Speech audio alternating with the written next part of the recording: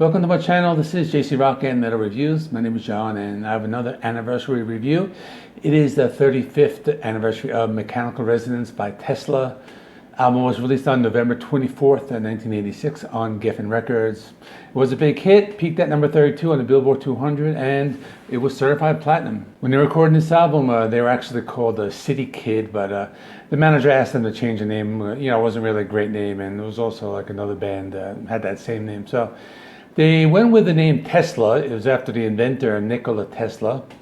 They were pretty popular in the beginning. They toured with bands like Def Leppard and Poison, and for that reason they were given the glam metal label and kind of like stuck with them over the years.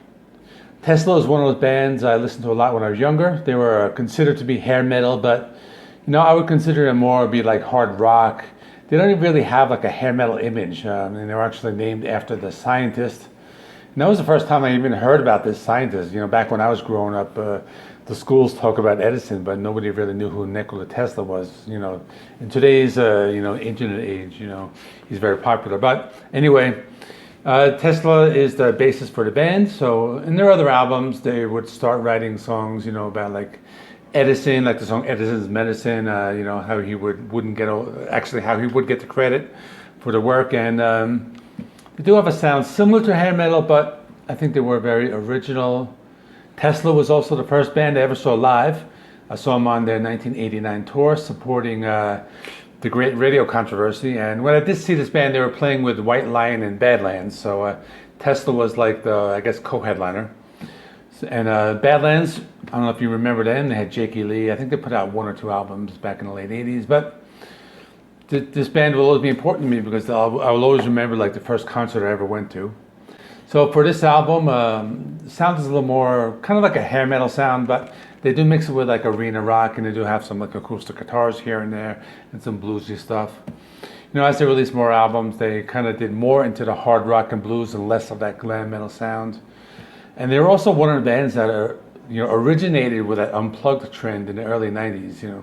They released an EP called 5-Man Acoustical Jam, and remember after that, all these bands like MTV started doing the Unplugged series. And anyway, it's a very important metal band. They didn't really get the attention they deserve, so they also released a new single called Cold Blue Steel. It's pretty good. It's actually kind of like a return to their early days.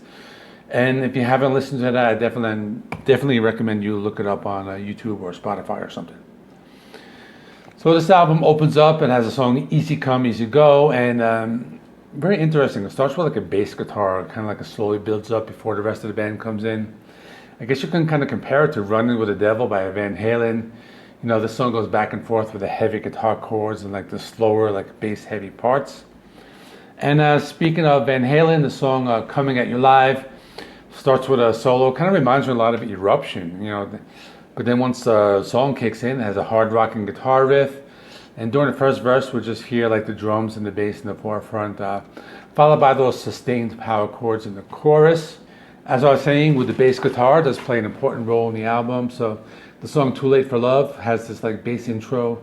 Kind of gives this kind of song a hard driving sound, and kind of one of the heavier songs. They even like drop an F-bomb in the first verse. And I know Def Leppard had a song in the same name, but this is it's a hard rocker. Tesla, they've also been known for their ballads. So the first ballad on the album is called We're No Good Together. Not a typical hair metal power ballad, kind of like a slow bluesy type of song. Reminds me of maybe like the Rolling Stones, maybe like something from the late 70s, early 80s period.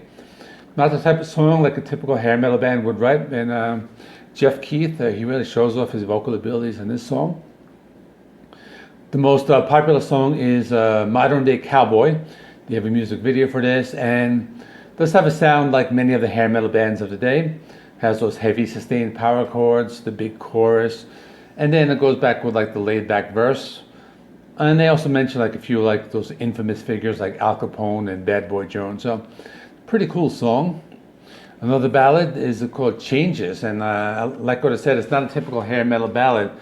Usually like ballads have these strung acoustic guitars, but this one has a soft piano intro, and then it goes into like a slow driving riff, and really cool, kind of like they play it up on the neck of the guitar, like something like that. Really a great song, and pretty much one of my favorites on the album.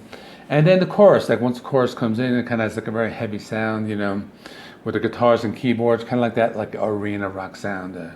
And they do this like between the clean verses. Next is Little Suzi. This one has an acoustic intro, kind of similar to like Love Song from the Great Radio Controversy. You know, Love Song was a bigger song, but after that they do that acoustic strumming and the sustained power chords. So this is probably more of the typical power ballad.